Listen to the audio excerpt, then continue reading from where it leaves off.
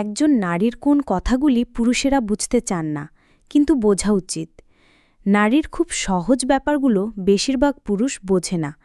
এটা দুই পক্ষেরই গাফিলতি। পুরুষেরা ইচ্ছা করেই বুঝতে চায় না, আবার নারীরা বোঝে না বলে অভিযোগ করলেও ওই না বোঝাটা উপভোগ করে। নারীরা পুরুষকে দেখানোর জন্য সাজে না, নিজের জন্য সাজে। নারীরা মিথ্যা প্রশংসা একেবারেই পছন্দ করে না। নারীরা মোটেও টাকা পয়সা দেখে পুরুষকে পছন্দ করে না, পছন্দ করে তার স্ট্যাটাস দেখে।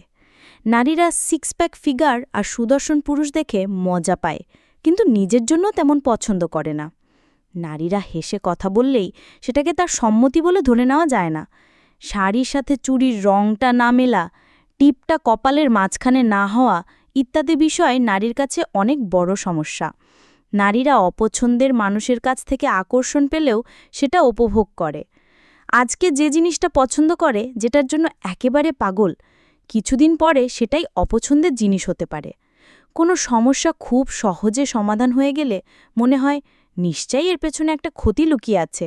এজন্য নারীরা মাঝে মাঝে ছোট সমস্যা চলমান রাখে, সমাধান করতে পারলেও করে না।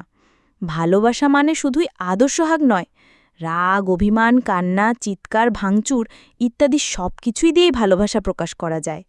নারীদের এমনই অনেক কথা আছে যেগুলো বেশিরভাগ পুরুষ বোঝে না, বুঝতেও চায় না। পুরুষেরা এসব বুঝলে হয়তো সম্পর্কগুলো আরেকটু সহজ হতো, কিন্তু নারীর রহস্যময় আবেদন কমে যেত। তাই এসব না বোঝাই ভালো। নারী খানিকটা রহস্যময় থাকুক, এভাবে নারী আরও আকর্ষণীয় হয়ে উঠুক।